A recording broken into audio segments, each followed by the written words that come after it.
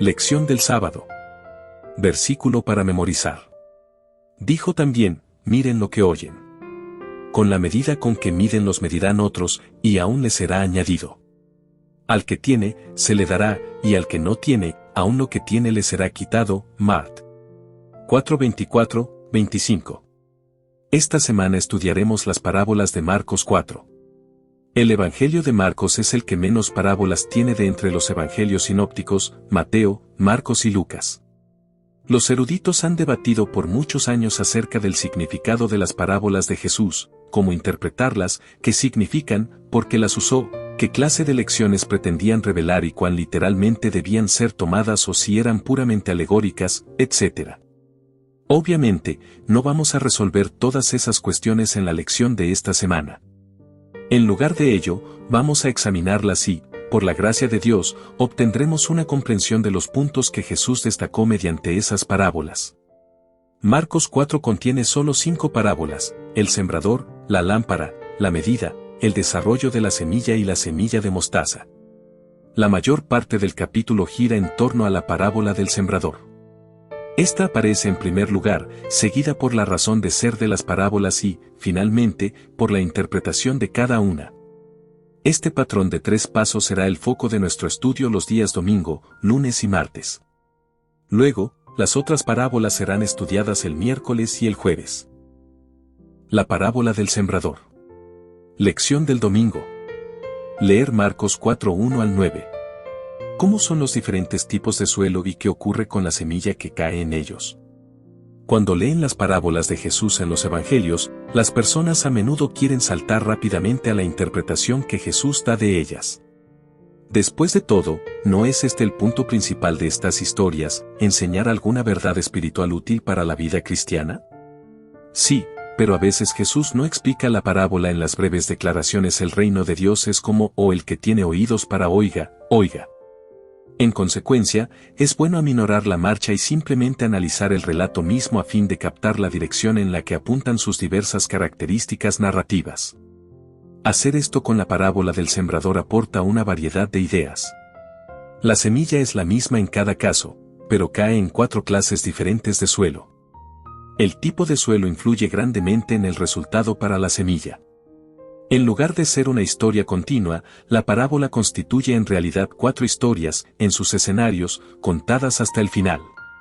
La extensión de tiempo para completar la historia se prolonga con cada historia sucesiva. La semilla que cae en el camino es devorada inmediatamente por las aves. Al sembrar, parte de la semilla cayó junto al camino, y las aves del cielo la comieron. Marcos 4:4. La semilla que cae en los pedregales demora algunos días o semanas en alcanzar su fallido resultado, que incluye el secamiento a causa del sol. La semilla que cae entre espinos demora aún más en alcanzar su infructífero final, y estos la terminan ahogando. La semilla que cae en el buen suelo es la que tiene el desarrollo más prolongado, presumiblemente toda una estación de crecimiento, en armonía con el patrón normal de un cereal. 3 de las historias tienen que ver con el fracaso. Solo la última se refiere al éxito, a una cosecha copiosa. La longitud de las historias, la creciente extensión de cada relato sucesivo y el hecho de que solo uno de ellos tiene que ver con el éxito, todo apunta al riesgo del fracaso, pero también al resultado abundante del éxito. La parábola parece señalar hacia el costo del discipulado y a los riesgos que éste implica, pero también a la recompensa resultante de seguir a Jesús. ¿Qué otras lecciones espirituales podemos aprender de la naturaleza? La interpretación de Jesús. Lección de lunes. Jesús había terminado con la parábola, sin dar inmediatamente ninguna explicación. De acuerdo con el texto, Marcos 4:1, la presentó ante una gran multitud.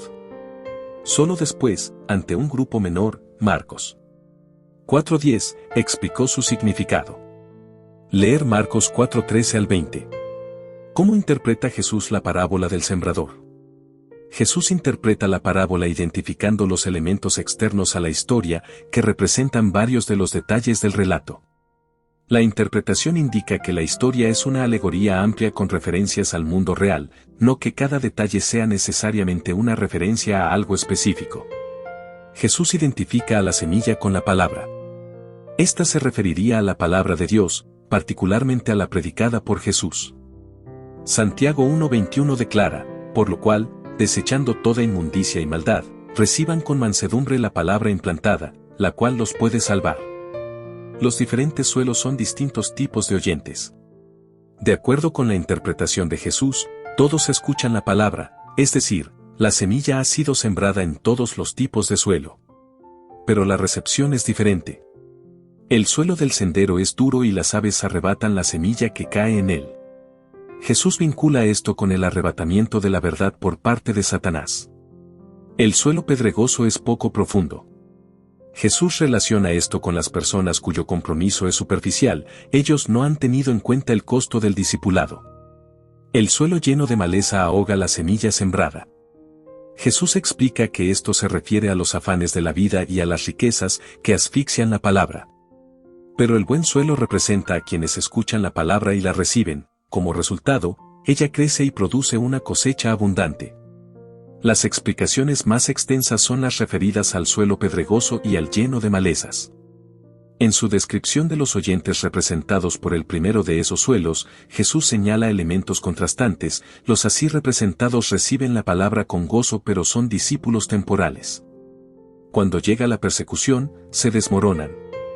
Otros no caen a causa de los malos tiempos, sino de los buenos, su enfoque está en las cosas del mundo, no en el reino de Dios.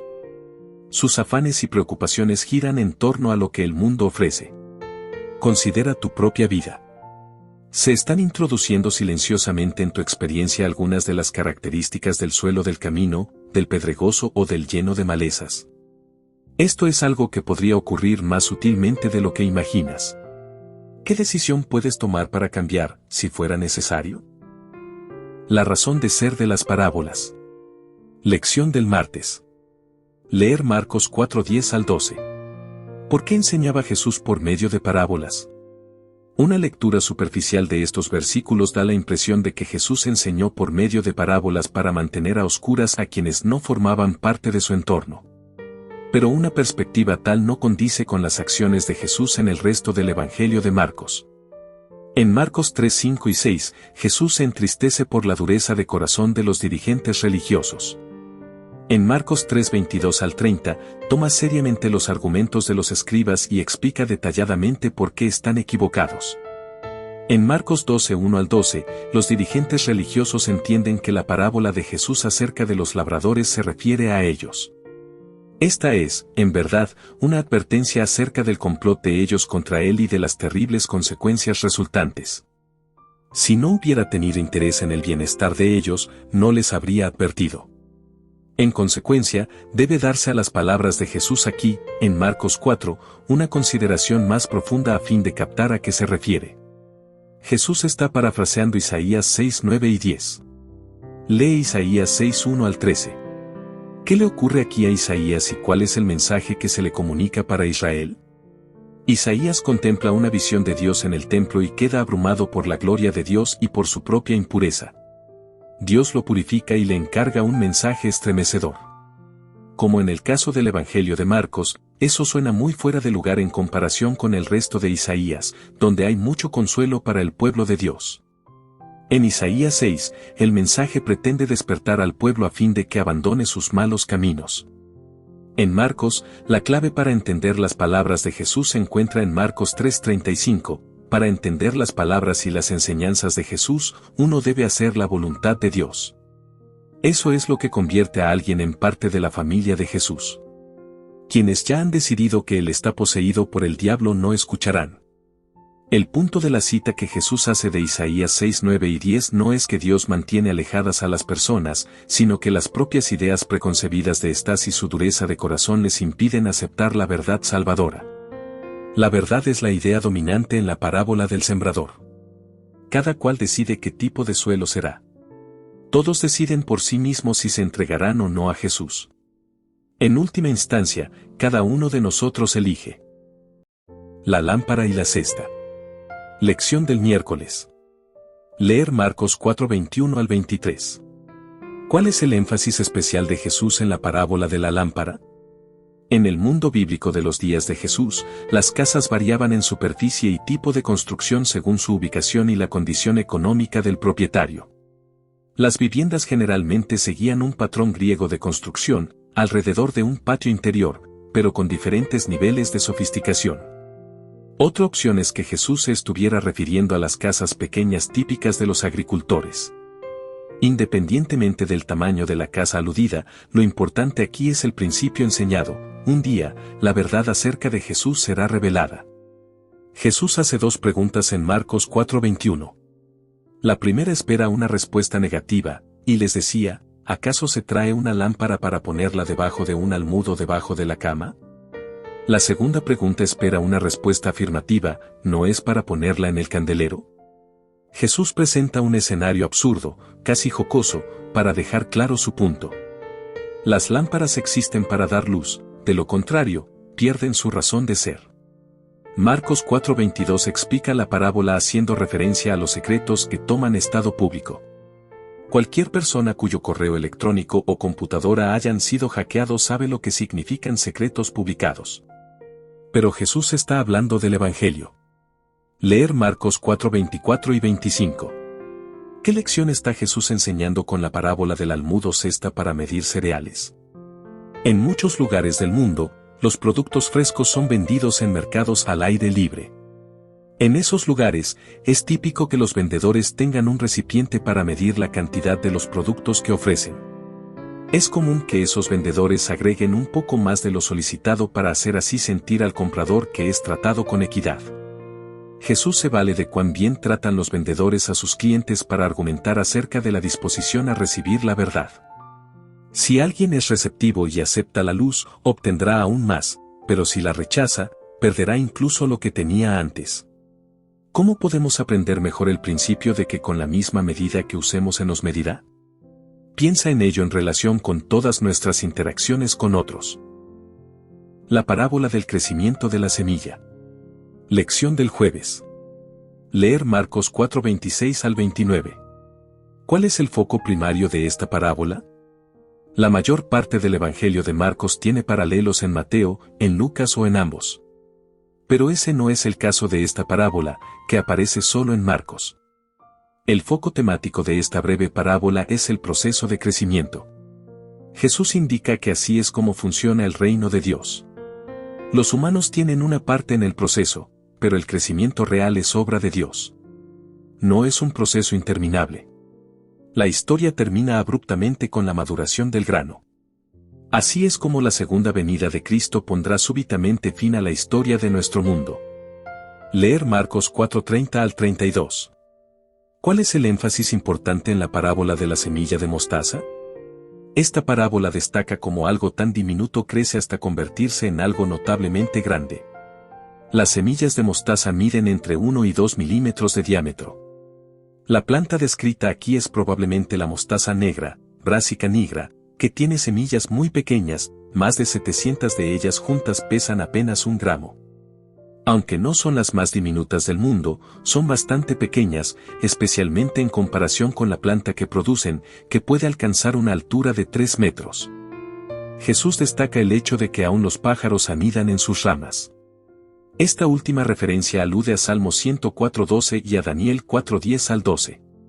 El Salmo 104 se refiere al poder de Dios cuando creó el mundo, y Daniel 4 representa a Nabucodonosor como un gran árbol debajo del cual todos encuentran sombra y alimento. El punto que Jesús destaca es que el reino de Dios, que fue muy pequeño al comienzo, llegará a ser grande e impresionante. En los días de Jesús, la gente pudo haber mirado con desprecio al predicador Galileo itinerante, cubierto de polvo y con su pequeño grupo de discípulos, pero el tiempo ha mostrado que su reino de gracia sigue expandiéndose por todo el mundo. Y este evangelio del reino será predicado en todo el mundo, por testimonio a todas las naciones, y entonces vendrá el fin. Mateo 24:14. Considera cómo era la iglesia cuando Jesús hizo esa predicción. ¿Por qué esta es una predicción tan notable y reafirmadora de la fe para nosotros? Para estudiar y meditar. Lección del viernes. Lee el capítulo titulado La siembra de la verdad en el libro Palabras de vida del Gran Maestro, de Elena de White, páginas 17-42. La verdadera santidad es integridad en el servicio a Dios. Esta es la condición de la verdadera vida cristiana. Cristo pide una consagración sin reserva, un servicio indiviso. Pide el corazón, la mente, el alma, las fuerzas. No debe agradarse al yo. El que vive para sí no es cristiano. El amor debe ser el principio de la acción. El amor es el principio fundamental del gobierno de Dios en los cielos y la tierra, y debe ser el fundamento del carácter del cristiano.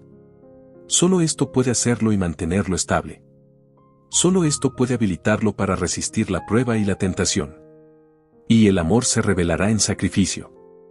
El plan de redención fue fundado en sacrificio, un sacrificio tan amplio, tan profundo y tan alto que es inconmensurable. Cristo lo dio todo por nosotros, y quienes reciban a Cristo estarán listos para sacrificarlo todo por la causa de su Redentor. El pensamiento de su honor y de su gloria vendrá antes que ninguna otra cosa. Elena de White, Palabras de vida del Gran Maestro, páginas 30-31. Preguntas para dialogar. El amor debe ser el principio de la acción. El amor es el principio fundamental del gobierno de Dios en los cielos y la tierra. ¿Cómo nos revela la cruz esta asombrosa verdad? ¿Cómo podemos reflejar esta clase de amor en nuestra vida? ¿Por qué debemos hacerlo? ¿Cómo responderías a alguien que insistiera en que Jesús dijo parábolas para mantener en la oscuridad a quienes no estaban entre sus seguidores? ¿Por qué Jesús, que murió por todos los seres humanos, ver 1 de Juan 2:2, mantendría deliberadamente en la oscuridad a las personas por cuya salvación murió en la cruz? Se espera que una luz esté en un candelero, no debajo de una cesta para medir cereales. Marcos 4:21. Aplica este principio al compromiso de tu iglesia local con la comunidad. ¿Cómo pueden elevar más la luz? Considera la parábola acerca del crecimiento de la semilla, Marcos 4:26-29. ¿Qué papel juegan los seres humanos en contribuir al crecimiento de la semilla del Evangelio, y cuál es la parte de Dios? Aunque obviamente cumplimos un papel, ¿cómo podemos asegurarnos de depender totalmente de Dios? ¿Podría esta actitud de dependencia total ser parte de lo que necesitamos hacer para crecer?